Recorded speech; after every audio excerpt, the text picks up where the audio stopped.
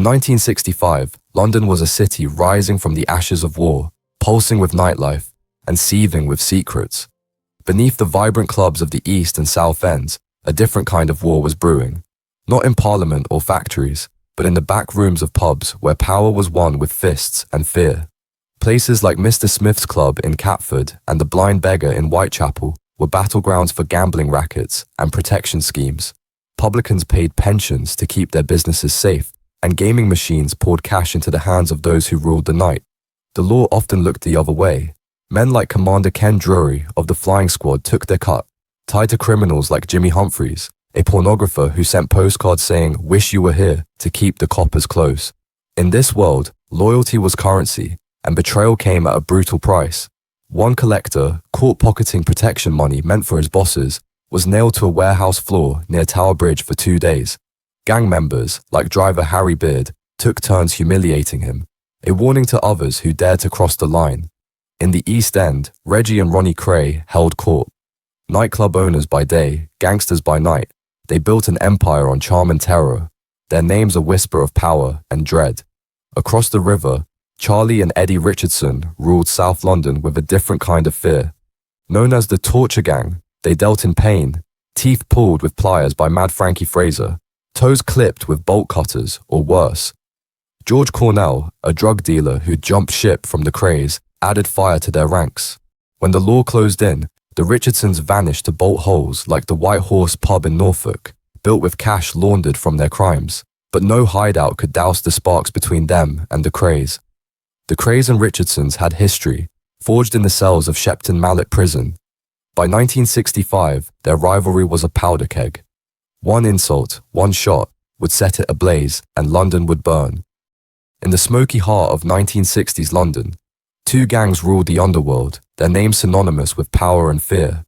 The Kray Twins and the Richardson Gang were not just criminals, they were legends, their empires built on violence, cunning, and betrayal. By 1965, their rivalry was a storm waiting to break, fueled by old grudges and a hunger for control. Charlie and Eddie Richardson, brothers from Camberwell, South London, were the architects of a brutal empire. Born to Eileen and Charles Frederick Richardson, their world was shaped early when their father deserted the family. Charlie, born in 1934, was calculating and ruthless. Eddie, born 2 years later, was fierce and loyal. From their Camberwell roots, they forged the Torture Gang, a name earned through methods that chilled even the hardest criminals. They nailed victims to warehouse floors with 6-inch nails, as one disloyal collector learned after pocketing protection money meant for the brothers. Mad Frankie Fraser, their enforcer, preferred pliers, extracting teeth with a sadistic grin, a habit honed since his teenage thefts and wartime desertions. By the early 1960s, Fraser had joined the Richardsons, his 40-year prison record a testament to his violent life. George Cornell was another key player, a volatile figure whose unpredictability made him dangerous. Once a member of the East End's Watney Streeters and an ally of the Krays, Cornell switched sides around 1964, joining the Richardsons. He dealt in drugs, Purple Hearts, Dexies, cannabis, and dabbled in pornography, possibly alongside Jimmy Humphreys, whose 1971 arrest exposed police corruption. Cornell's defection was a spark in the powder keg, his reckless nature threatening to ignite an all-out war. The Richardsons' operations were vast, extorting pensions from publicans and shopkeepers who paid to avoid smashed windows or worse.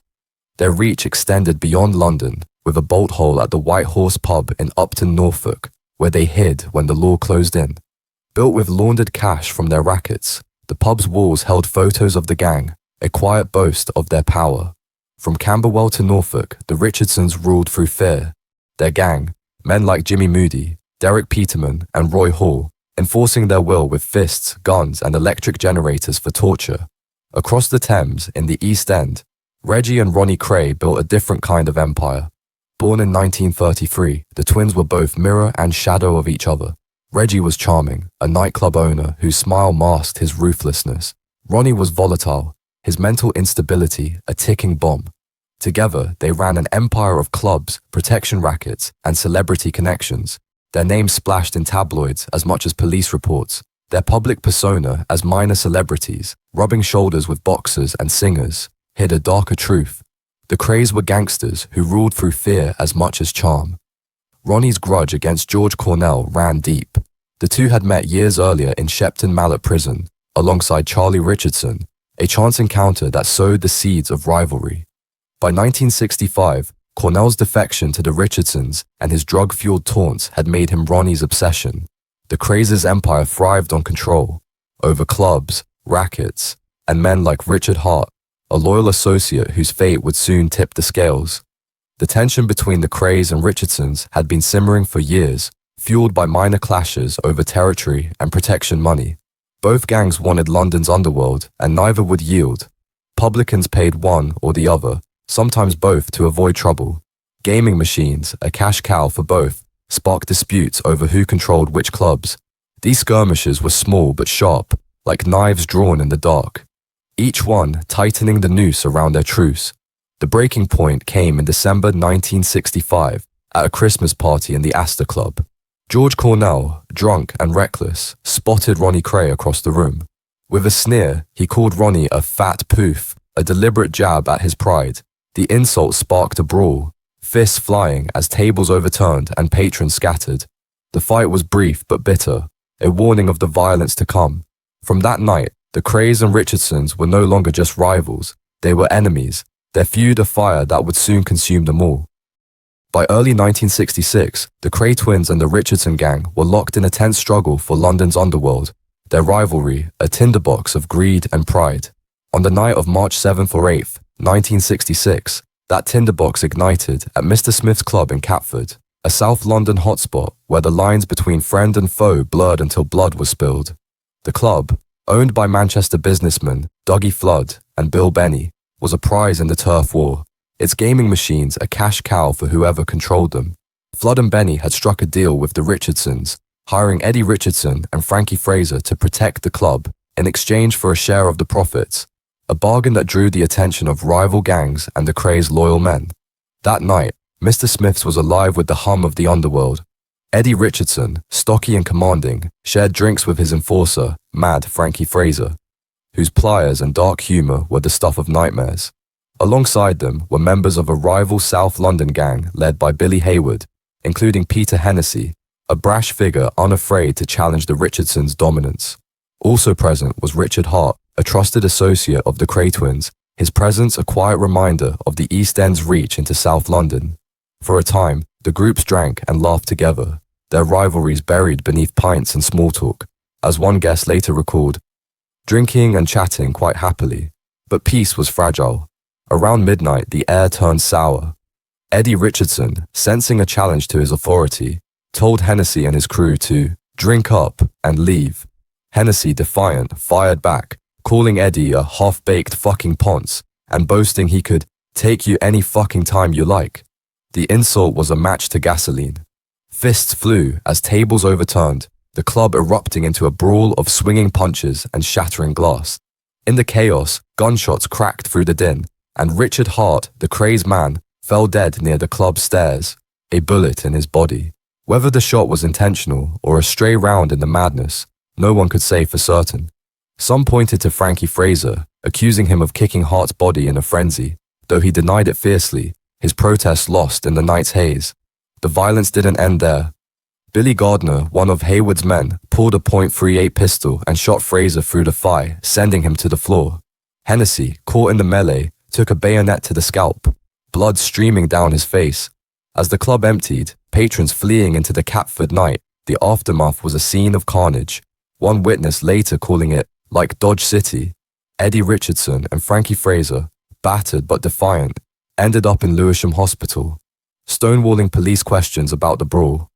Hart's death, however, was a wound that wouldn't heal. For the Krays, it was a direct attack, a line crossed that demanded vengeance. The Richardsons, too, felt the fallout. With police circling, some gang members turned to Freddie Foreman, a seasoned fixer, who hid them in safe houses until the heat died down. In the chaos, a Hayward associate named Henry Botton, watching Fraser's ferocity, shouted, "You're fucking mad, Frank. You're fucking bonkers," cementing Fraser's Mad Frankie nickname in Underworld lore. The Mr. Smith's brawl wasn't just a fight, it was a fracture, splitting the uneasy truce between the Krays and Richardsons. Hart's blood on the club floor was a call to war, one that would lead Ronnie Kray to a fateful reckoning in the Blind Beggar. The arrests that followed, sweeping up nearly the entire Richardson gang, were only the beginning of their unraveling. The blood spilled at Mr. Smith's club on March 7, 1966, changed everything for the Kray Twins. Richard Hart, a trusted soldier in their East End empire, lay dead, gunned down in a chaotic brawl tied to the Richardson Gang's turf. For Ronnie Kray, volatile and consumed by vengeance, Hart's death was more than a loss. It was an insult, a direct challenge from Charlie and Eddie Richardson that demanded a brutal reply. Ronnie's mind, a tangle of rage and paranoia, zeroed in on one man, George Cornell. Once a Kray ally, Cornell had betrayed them in 1964, defecting to the Richardsons with his drug trade and reckless taunts. Their bad blood stretched back to Shepton Mallet Prison, where Ronnie and Cornell, alongside Charlie Richardson, had first crossed paths. Cornell's betrayal, capped by his insult at the Astor Club months earlier, calling Ronnie a fat poof, made him the perfect target for Ronnie's wrath. On March 8, 1966, the day after Hart's death, Cornell walked blindly into danger. Jimmy Andrews, a Richardson gang member wounded in the Mr. Smith's brawl, lay recovering in the Royal London Hospital in Whitechapel. Cornell, loyal but brash, went to visit his friend, unaware that whispers of his movements had reached the Krays. The hospital sat just 300 meters from the Blind Beggar pub, a Kray stronghold where Ronnie was already plotting his move. That evening, around 8:30 p.m., Cornell sat in the Blind Beggar's saloon bar, a pint in hand, joking with locals. Bold and defiant, he seemed untouchable, even on the Krays turf. Some say he muttered, "Well, look what the dogs brought in," a jab at the Krays' influence. Words later recalled by a local businessman, but never fully confirmed. Truth or legend, those words were Cornell's last. Ronnie Kray, flanked by two associates, strode into the pub, his eyes fixed on his target. Without a word, Ronnie raised a pistol and fired a single shot into Cornell's head at close range. The Richardson enforcer crumpled, dead instantly, his blood a stark warning to the Richardsons. Ronnie and his men walked out, leaving silence and fear in their wake. The murder sent shockwaves through London's underworld. Police descended on the Blind Beggar, their questions met with tight lips and nervous glances. Witnesses, cowed by the Krays' reputation, stayed silent, but the investigation grew fiercer, piling pressure on both gangs. For the Richardsons, Cornell's death was a crippling blow. His drug dealing and fearless edge had been vital to their operation, and his loss left Charlie and Eddie reeling, already weakened by the arrests from Mr. Smith's. The Krays, too, faced a spotlight, their brazen act drawing eyes to their empire. Cornell's killing was no mere revenge. It was a declaration of war, a spark that lit the fuse for both gangs' downfall. The bloodbath at Mr. Smith's club and the cold execution of George Cornell in the Blind Beggar lit a fuse that burned both the Kray Twins and the Richardson Gang to ashes. The violence of March 1966 drew the law's unyielding gaze, and by the summer, London's underworld was unraveling. The Richardsons, once feared as the torture gang, faced a relentless police crackdown, fueled by the whispers of their victims and the betrayal of one of their own. The Krays, emboldened by their strike against Cornell, soon found their empire crumbling under the same scrutiny. The feud that had set London ablaze became a cautionary tale, its players doomed by their own brutality. For the Richardsons, the end began with the voices of those they'd broken. In July 1965, one victim, battered and bruised after a kangaroo court found him guilty of disloyalty, told police a chilling tale. Beaten savagely, he was forced to mop up his own blood with his own underpants. His testimony was a crack in the Richardsons' armor, but the fatal blow came from within. Johnny Bradbury, a gang member convicted of murdering a business associate named Waldeck in South Africa, allegedly on Charlie Richardson's orders, faced the gallows. Desperate, Bradbury turned Queen's evidence, offering a flood of secrets about the Richardsons' crimes in exchange for a pardon. Other victims followed, granted immunity for their own misdeeds if they testified. With the Home Office's help, some fled to South Africa, Spain, or Mallorca, their new identities shielding them from retribution. The police, led by Inspector Gerald MacArthur's Special CID squad, struck hard. On July 30th, 1966, as England celebrated its World Cup victory, raids swept South London, rounding up nearly the entire Richardson gang. Charlie Richardson was arrested for grievous bodily harm, while Eddie faced charges of affray. By April 1967, the torture trial opened at the Old Bailey, a grim spectacle that laid bare the gang's sadistic empire. The court heard of fraud, extortion, assault, and grievous bodily harm, crimes like nailing victims to floors and pulling teeth with pliers. Charlie Richardson, the calculating mastermind, was sentenced to 25 years in prison. Eddie, already serving time, had 10 years added to his sentence. The Richardsons' reign was over, their empire shattered by their own cruelty. Charlie refused to fade quietly. In 1980, he escaped from an open prison, a daring bid for freedom that saw him on the trot for nearly a year. In a bizarre twist, he dressed as Santa Claus, handing out presents to children to publicize his pleas for release. He drank openly with old associates, even police, in pubs along the Old Kent Road, then fled to Paris, where he gave a brazen interview to a journalist. His freedom ended in Earl's Court, arrested with 5 others on suspicion of drug possession after leaving a sex shop tied to the Richardson family. His probation officer, tipped off by gang members, confirmed his identity. In 1983, Charlie was granted day release to help the handicapped and spent a weekend with his family. A fleeting taste of freedom before his final release in July 1984. Eddie's story took a darker turn. In 1990, he was convicted for his role in a £70 million cocaine and cannabis heist, earning a 35-year sentence, though he served only 12 years, bringing his total time behind bars to 23 years. The brothers' bond, once unbreakable, frayed in prison. Eddie accused Charlie of shady business deals during his incarceration, a rift that never healed. Charlie Richardson, plagued by emphysema from heavy smoking, died of peritonitis in September 2012, closing a brutal chapter. Frankie Fraser, the gang's sadistic enforcer, followed in 2014, his death from surgical complications ending a life that had seen 40 years in prison. The Krays, too, paid a heavy price for the feud's violence. George Cornell's murder in The Blind Beggar, a direct response to Richard Hart's death, brought unprecedented scrutiny. The police, emboldened by the Richardsons' collapse, turned their sights on Reggie and Ronnie Kray. In May 1968, a sweeping operation led to their arrests along with their gang. The Krays faced trial for multiple murders, including Cornell's, and were convicted in 1969, both sentenced to life in prison. The feud's bloodshed, Hart's death at Mr. Smith's, Cornell's execution in the pub, had exposed both gangs, their brazen acts drawing the law's full force. The aftermath was a reckoning for London's underworld. The Kray-Richardson feud, once a clash of titans, became a cautionary tale of ambition and betrayal. The arrests and trials of 1966 to 1969 dismantled their empires, paving the way for new criminal networks under a tightening police grip. The era of the celebrity gangster, of men like the Krays and Richardsons who ruled through charm and terror, faded into history, leaving behind a legacy of violence etched in London's streets. The Kray Twins and the Richardson Gang, once titans of London's underworld, saw their empires crumble in the wake of their bloody feud. The chaos of Mr. Smith's club, George Cornell's murder in The Blind Beggar, and the torture trial of 1967 were not just the end of their reign, they were the death knell of an era. The trials and arrests between 1966 and 1969 tore apart the Krays' East End stronghold and the Richardsons' South London fortress, leaving their names etched in infamy but their power reduced to ashes. The feud, fueled by pride and vengeance, became a cautionary tale, its echoes shaping London's criminal landscape and haunting its cultural memory. The downfall was total. The Richardsons, branded the torture gang for their brutal methods, nailing victims to floors, pulling teeth with pliers, faced justice in April 1967 at the Old Bailey.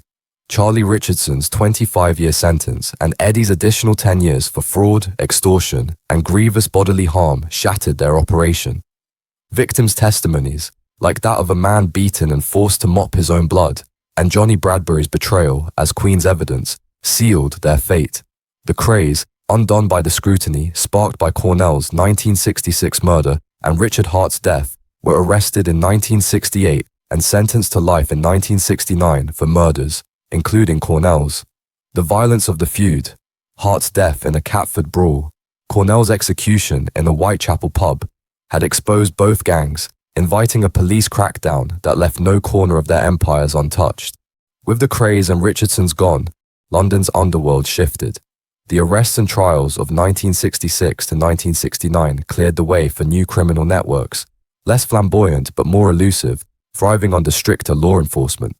The era of the celebrity gangster, men like Reggie and Ronnie Kray, who mingled with stars, or Charlie Richardson, who once tried to tap Prime Minister Harold Wilson's phone, faded into history. The White Horse pub in Upton, Norfolk, a Richardson bolt hole built with laundered cash, stood as a quiet relic, its walls lined with photos of the gang, a testament to their fleeting power. Yet the feud's legacy lived on, not in the streets, but in the stories. The Krays and Richardsons became legends, their lives immortalized in films, books, and whispered myths. Tales of Ronnie Kray's cold-blooded shot in The Blind Beggar, Frankie Fraser's pliers, and Charlie's Santa Claus escape in 1980 captured imaginations, turning gangsters into dark icons. The Richardsons' brutal reign, ended by Charlie's death from peritonitis in 2012 and Fraser's passing in 2014, and the Krays' life sentences, became chapters in London's saga of crime and punishment. The 1960s Gangland, with its smoky clubs and brazen violence, was gone by the decade's end. Stricter policing and a changing city buried the world of the Krays and Richardsons, replacing it with a new breed of organized crime. Colder, quieter, and harder to catch. Their feud, a clash of titans that burned bright and brief, left behind a warning. Power built on blood would always fall, but its shadow would linger, carved into London's streets and stories forever.